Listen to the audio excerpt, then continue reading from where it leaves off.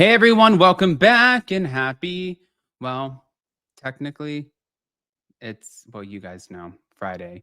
And I'm really, really excited that it's Friday because I've been waiting for the weekend. And Jason and I are going to be going out of town next week to New York, but we will have Anchor Watch. Today we had Hot Messy Topics with Thea D'Souza. We have a lot going on, lots to talk about, lots to discuss. So it's going to be a good weekend, going into a great week.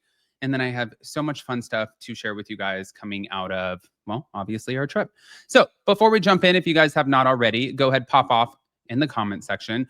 Also, if you guys are not subscribed, get subscribed. Don't forget to hit that notification bell and let's go.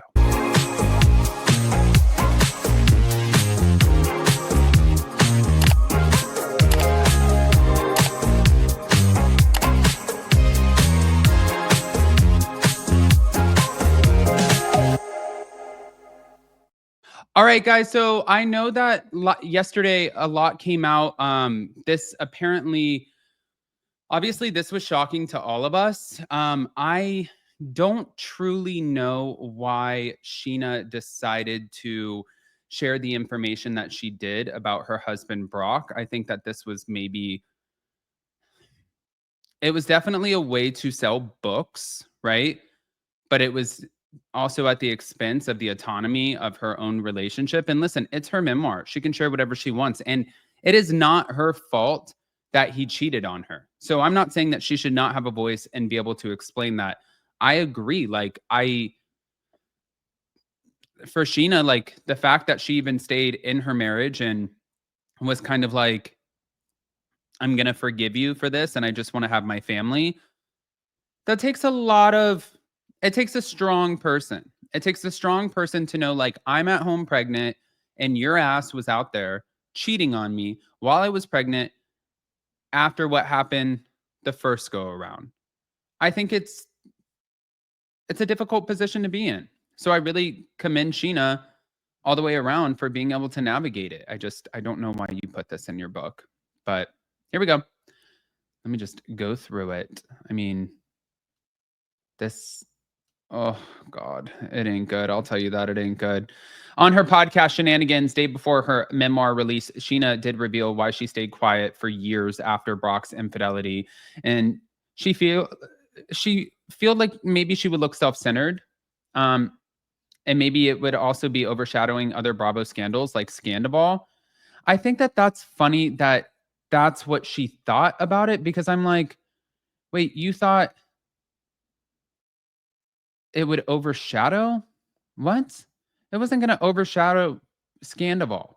But Brock Davies confessed in 2023 that he cheated in 2021 while Scheana was pregnant with their daughter Summer Moon, and the affair with someone that he knew pre-marriage began at an F45 gym. So Scheana admitted that, she hesitated to tell her story because she thought, if I tell people, they'll think that I'm trying to take the attention off of what someone else is going through. But in My Good Side, her memoir that releases on the 22nd, Scheana intends to share her unfiltered truth and control the narrative about her life and her marriage on her terms. And now, despite presenting a very polished, Bravo-ready image, she reminded fans, people think that they know everything about me, but that 100% is not true.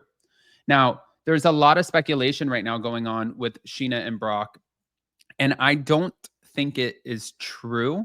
Obviously, Brock knew that this was going to be coming out. But now people are wondering,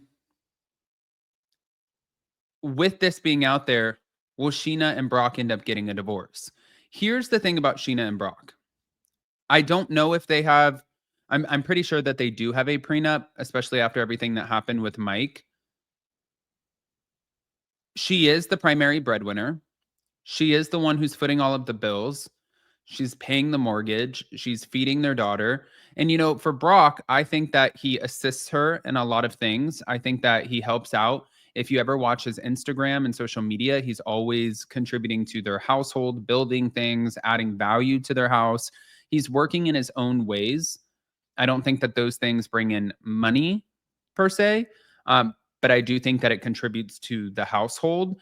I think that she has a dynamic very much like Stassi Schroeder's, where she obviously, of course, is like the main breadwinner. And I think that she's very fine with that dynamic. However, I think that sometimes it can be very easy to be impressionable when you have so many people and so many fans who are in your DMs and telling you like, girl, you don't have to deal with this and you shouldn't have to put up with that. And I would leave that man tomorrow. And why would you ever, like, what example are you showing for your daughter? What example are you showing to your fans? Why are you staying with this man? People are going to hit her with those questions too. And I don't think that they're going to be easy. Fans are speculating divorce because of the podcast. And, you know, people call out Brock's blackout excuses and say that it's bullshit. Yeah. Um, you know, I think that let me just play a clip because this one's a little bit of a more challenging scenario here. I'll say that. Um, clip please. Thank you. On the rumors that Lala and Schwarz are secretly dating. I can tell you this, if they're secretly dating from me because I have heard this only online. So as far as I know, there is no truth to this. I mean, if it's a secret, I guess it's a secret. I'm just kidding. No, I don't think there's any truth to that. What do you think will be the biggest shock when people read your book? There are some things that I haven't been as forthcoming about. Maybe that I never corrected the narrative on, never shared my side of the story because I've been afraid or thought, if I tell people what I'm actually going through, then they're going to think that I'm trying to take the attention off what someone else is going through and make it about me. And I think that perception of me is what has held me back at times from opening up on the show or on the podcast because everyone always says, oh, you make everything about you. And yes, sometimes I do. I think we're all guilty of that at some point. But other than that, I think it's going to vary on the reader, if I'm being honest. There's a lot about my past, my family, my earlier life experiences that I think the readers will be shocked by. People think they know everything about me, but after reading this book, you will, because you 100% do not right now. I can promise you that. What do you think? Okay. So we'll be watching. Now, on top of that, Jeremy Maddox, who's Ariana Madix's brother, ended up setting the record straight, which I thought that this was interesting. And now that we know what we know with us, it was Thea who told us that Jeremy Maddox is being interviewed for the new season of the show. I think that's why he's getting messy. But he confirmed that Jason Caperna does remove his wedding ring before hitting on women.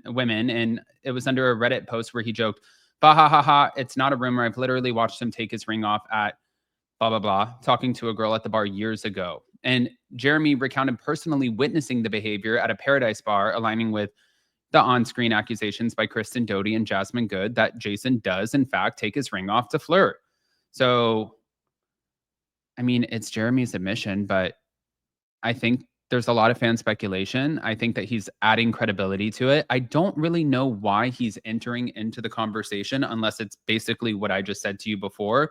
And I think that that would just be because at the end of the day, I feel like he's trying to make himself more relevant in order to get onto the show. I think that that's exactly what he's trying to do. I don't think that otherwise, why, what the does this have to do with you? Like, shut up, Jeremy. Shut up. Like, he got caught maybe what, taking his ring off? You got caught trying to lead the United States of America with how many pounds of marijuana? Like, okay, thanks. Next. Thank you. Next. Smash the like button, show some love, and we'll see you guys later. Love you guys. Bye.